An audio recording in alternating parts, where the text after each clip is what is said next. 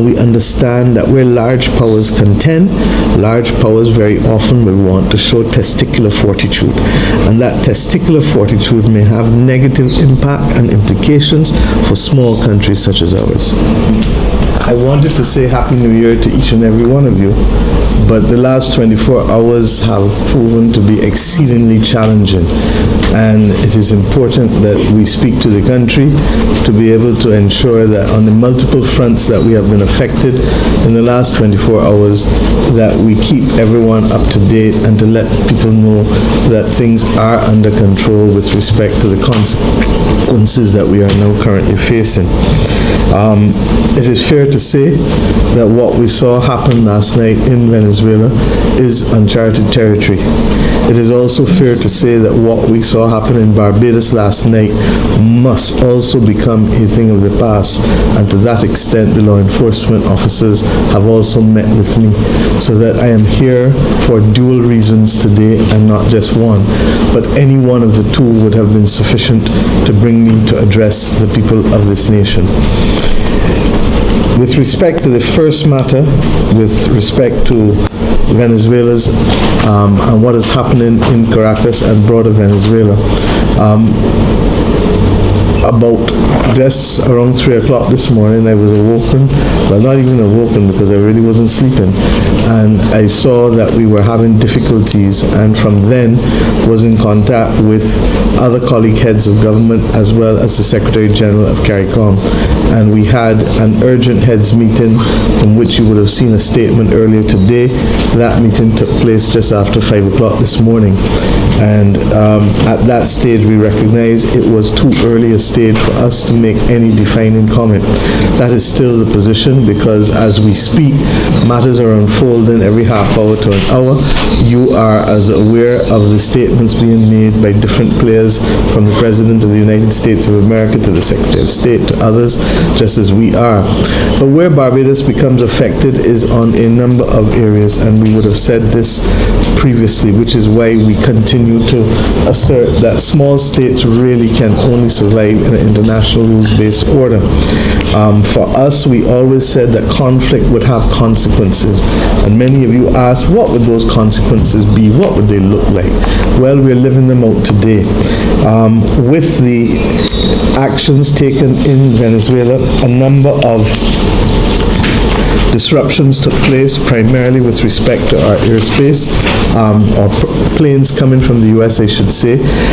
There are 3 major areas in the region, Eastern and Southern Caribbean, and then one in Puerto Rico, 4 altogether in the Caribbean, that effectively manage the upper flight space. But as you would appreciate, Barbados is probably the biggest hub closest to Venezuela in terms of tourism, and therefore in terms of air flights and in terms of hotel accommodation and cruise accommodation, we would inevitably be affected. Just a few questions from me quickly. I know you said it's still early days as it relates to a CARICOM position and statement. However, I am with hearing terms such as a reboot of the Monroe Doctrine coming back to play with this attack on Venezuela. What is Barbados' position on the actual event itself? Let me be very clear, Colville. Venezuela is our friend. The United States of America is our friend. In fact, in both instances, we have family relations with both countries. By the same token, the Caribbean community has been the entity that we have chosen as a matter of first principles to align our foreign policy with.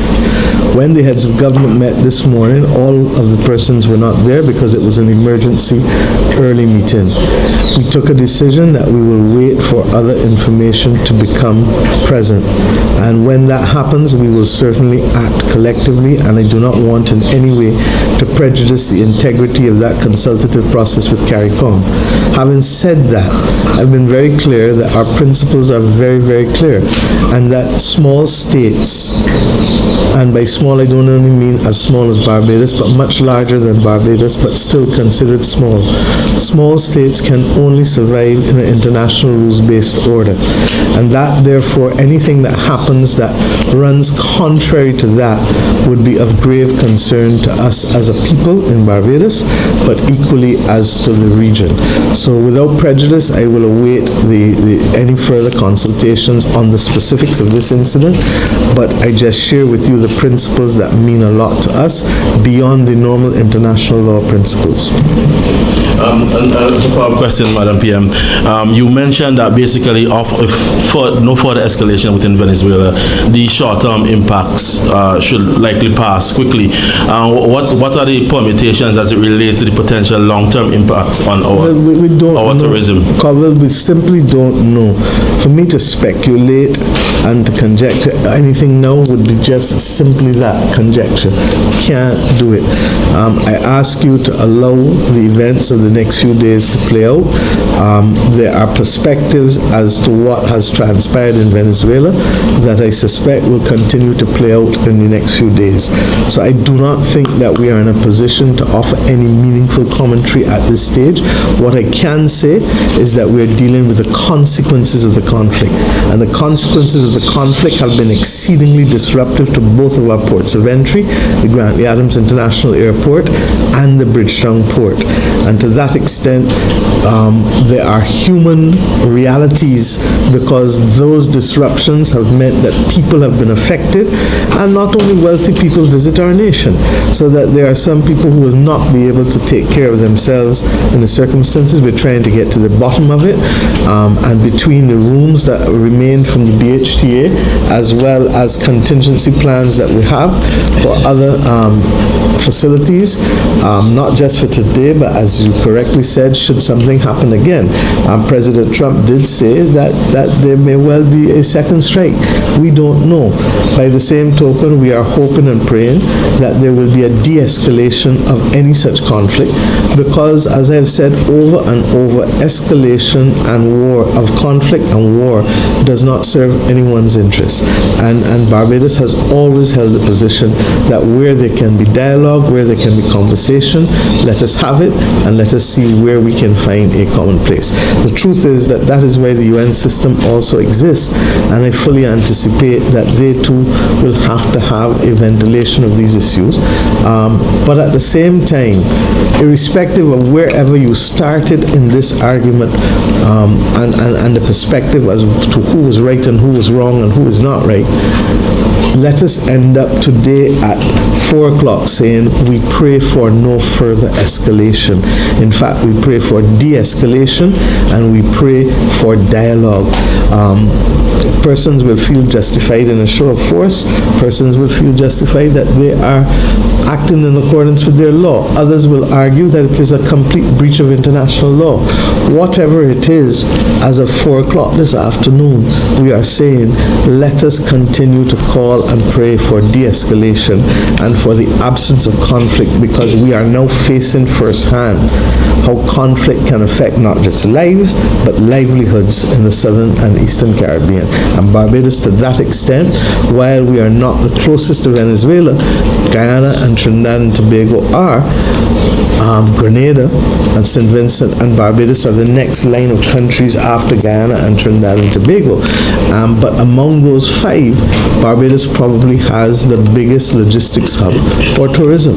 So you now begin to understand why I speak and why I have been speaking in the terms that I have, without necessarily getting in to matters that are too high for us.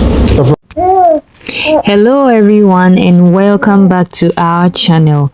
It's always a pleasure, and it's always been my pleasure to bring you the latest news going on in Africa and our world at large. If you are someone who is passionate about Africa, to see Africa progress and to get to where we were destined to be, then this is the right place to be. Here we have family, we have people around every part of Africa you can think about. Thank you so much for joining us once again. So in today's news, we have the Prime Minister of Barbados address his people concerning the recent capture of the president of Venezuela, how the people of Barbados have been affected emotionally and most importantly financially as a country. She narrated how this capture has brought stability, and how the people are now afraid what's going to happen next. Is there going to be a law? And as she urges her people to keep calm and to pray for peace and stability and no further escalation in Venezuela, because their tourism, that is one of their main sources of income as a nation, has really been affected because planes, travel, flights have ceased for some time now, and it's really been hard on them. And so the citizens were in so much concern and distress, and the Prime Minister had to make this speech reassuring the people that things are under control. They should trust and have patience, and also pray for not more escalation of this whole situation happening in Venezuela right now. And so we believe you listened to the end. We believe you took some note. We believe you've been educated in this regard, and there is more news we are privileged to bring you every now and then. Until next time, peace out.